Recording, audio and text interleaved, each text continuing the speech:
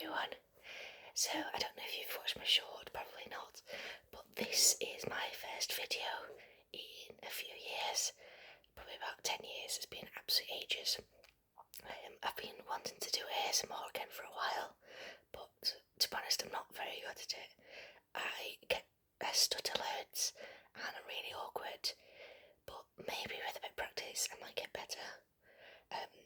I do think I'm ever going to be the person that does role plays. I think I'm just going to do like rambly whispers and talk through things that I like or things I've bought, or like the show and tell type videos, because that's what I like watching. Or maybe something a bit informative. But you never know. I could do a role play if I get used to it, but I don't know. Probably not. That also requires me writing a script, and I'm the sort of person that just wants to just press play, record a video, and then be done with it.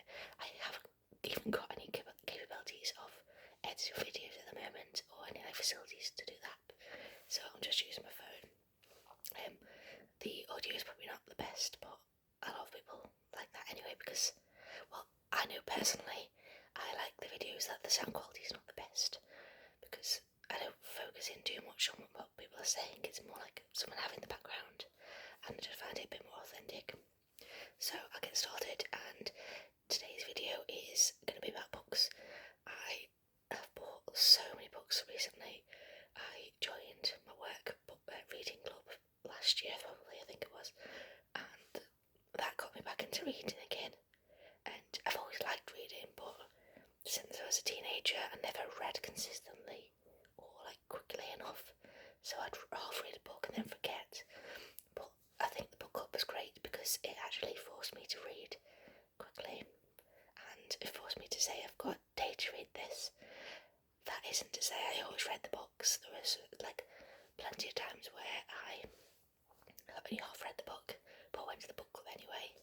And the last book club I went to, I think about one person out of 10 had read the book, and it was a really good book actually. I've taken it back to the library now. It was called The People on Platform 5, and it was a really nice book actually. We purposely picked one that was a bit more lighter-hearted, and it was a one that was like an ensemble cast, and it had, I think, about 10 characters in, and they all had their own issues, and they all got the same train every day. And at first they all had their own separate stories and noticed each other, but then eventually they all started to interact, and obviously because it's a nice storybook, and everyone had in a way that they could help the other character, so that was really cute actually. So I'd recommend that. It's quite light-hearted, and sometimes you want that from a book. I've just been to my library and got out a pile of books. I'll show you these now, and then I've bought a few. So the first one is Frazzled by Ruby Wax. I actually borrowed this from the library on audiobook, and I listened to half of it. It's quite interesting. This talks a bit like mindfulness and depression and stuff like that. I like sort of from that sometimes, so I think it's a good one for me to read through. I might also get the audiobook again and have a listen to that. Some of these I don't actually know what got out, just got interesting titles. There's a bit of a theme with some of these books. These ones I'm showing today are a bit on like mindfulness and change yourself, and also a bit on feminism. There's some here that I don't think I've got, but they're also sort of the same theme with a bit of mindfulness. And this one is Stop Lying to Yourself. 101 Hard Truths to Help You Change Your Life. So I should read that. You'll never be too much for someone who simply can't get enough of you.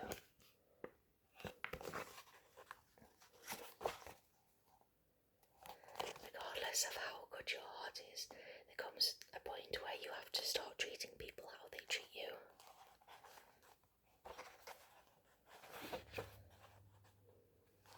Let me make this simple. You ghost me, I ghost you. You show me no interest, I'll show you no effort. You put me second, I'll put you last. But if you show me loyalty and love, I'll give you the world. So I should read that. Dear Dolly, on love, life and friendship. So I think this is a series of letters that people have written in. I think she's a bit like an agony aunt. I think she's written some novels, I'm not sure. But when I read this, it sounds like they are like letters that people have written in. So one of them, for instance, is, Dear Dolly, my boyfriend's parents don't like me. How can I win them over? Or, Dear Dolly, we got together through an affair. When will we stop being judged? So that seems a bit of a quick read. I should read this next week. I might also do, when I finish them, I might do some like updates and a bit of a review about how they are. But don't count that because I'm not very organised. I will either take ages to read it or I'll forget what the characters are like. This one, I think it's more written for teenagers, but it might be quite useful. What do you think? How to agree and disagree and still be friends. This one might be quite useful because we all have conflicts that are difficult to resolve if you've got very, very different opinions. Sometimes you have to just agree to disagree. Like, you can't change people's opinions occasionally, and if you want to be friends with them, you just have to accept it. This one, manifest your dreams. So these are all on mindfulness. Well, it's quite good that got them for the library because a lot of these ones that people drop in on out of, if people buy them, they might stay on your shelf and you never really read them. So at least I got them from the library. The power to change yourself and your life. Then it's got some on herbs and oils. Grab your journal, releasing the guilt. Yeah, so it's got a few sections on different ideas, and then it has this grab your journal section at the end of each chapter, and it gives some ideas of what you can jot down in your journal regarding that chapter and the ideas that it recommended. So this one is on self-care, and it gives you ideas on self-care, and then it gives you some ideas that you can jot down in your journal. So they were my library books. And then there's more feminist books. It just seems to be a bit of a theme. I think, I don't know if anyone else does this, but when you go shopping at a charity shop or in a library, you just pick books that's quite similar. I thought this was quite funny. I bought a few books, and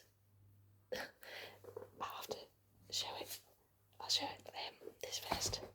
This was like very feminist. Feminist, and also how to manifest. So no one can change your life except from you. Bought this one from the library. Sorry, from the charity shop. I think it was £1. Don't think anyone's even read it because it clearly hasn't been opened. This is by Laura Whitmore, and it is true. Like, no one can change my life except for me. I have to put the effort in. So I should give this one a read. That's quite similar to the manifesting your dreams. Like, I have to be the person who does this stuff. So, and I think I picked some of these books because they were similar colours, but they were also quite feminist. So this is 101 Boyfriends. This isn't feminist. It's like this is just relating to women. So it's just a story of 101 boyfriends that she's had.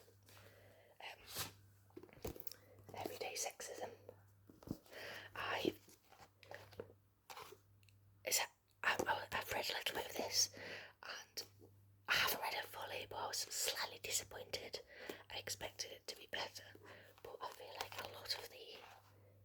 destiny is quite anecdotal.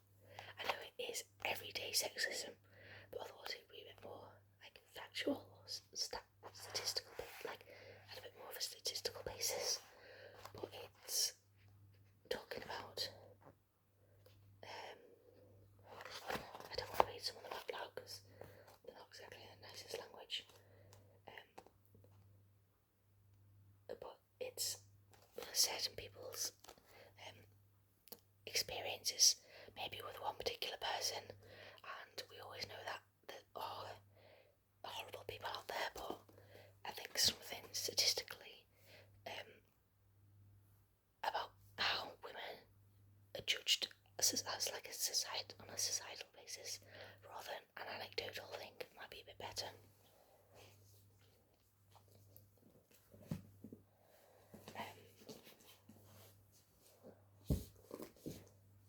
I also bought another one from the charity shop, but I can't remember what it was. This is something that I've been wishing to read for a while, and I've read maybe a few chapters, maybe, yeah, up to there. Only 73 pages, but it's really, really interesting, and it's quite a page turner. I might finish that in the next few days.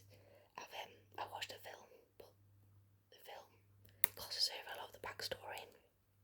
I haven't watched it for ages, but from what I can recollect, it seems like it brushes over the backstory. But she talks about their mother being ill, and she talks about the impact of that, and the impact of her upbringing on her life, and why it encouraged her to do this trial. I actually have I'm not 100% certain yet. I've done one in the past. The Camino de Santiago. I might be doing one in a few months. I'm not 100% certain yet, but if that's the case, I should read this for inspiration. This was one of our book club books from work, which again is really short, and I still haven't finished it. I'm really, really bad. I have read 71 pages again, and it's only about 150 pages, so I might just sit down with a cup of tea and just finish it because I need to take it back to work. And it was quite nice so far. I don't think it's not like nice as in it's a nice like people on platform vibe, but it's something that you can just sit down with a cup of tea and get through. The actual storyline is quite sad, like the reasons why the character's moved to an island by herself, and she wants to live in solace, and the reasons behind that aren't the nicest. One above on the character shop is 100 tricks to appear smart in meetings. I will read some of those and try and take them on board. Hopefully no one in my work will ever see these videos and see the tricks that I will use. A few of these books I actually just picked up because they were £3 for £1 in the charity shop, and twice the person on the cashier said you've got to pick another book, or you can. So I literally just picked one so quickly. So some of the choices were just really random.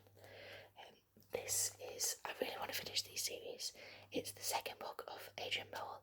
This is True Confessions of Adrian Mole, or Adrian Albert Mole, and I think I might have read this one. I think I maybe read the 1, 2, or 3 when I was younger, but then I didn't finish the series, but my sisters got them. But this was one that I had the third book left of the pound, so I picked this because it's just easier, and my nephew will probably, by the time I finish this, he'll be old enough to read it. And this was another one that I had a book left, so I literally it looked interesting. It's a murder mystery book, sub of a 6. It hasn't got the best ratings on Goodreads, but I'll give it a go. I think now I am not too fussed about not finishing them. I used to really, really hate that when I was younger, but if it turning it off, and I have so many books that I will like to read that I should just say, this is not for me, I'll move on. So this one is The Mystery of Bruton Square Has Never Been Solved.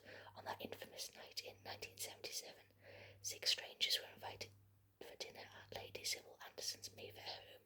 Only 5 made it out alive. This is Philip Pullman, The Book of Dust. I have read the first of The Northern Lights, and I really enjoyed it. So I need to finish that series. So that's one. I think it's I don't know if that's a series as well, but it's after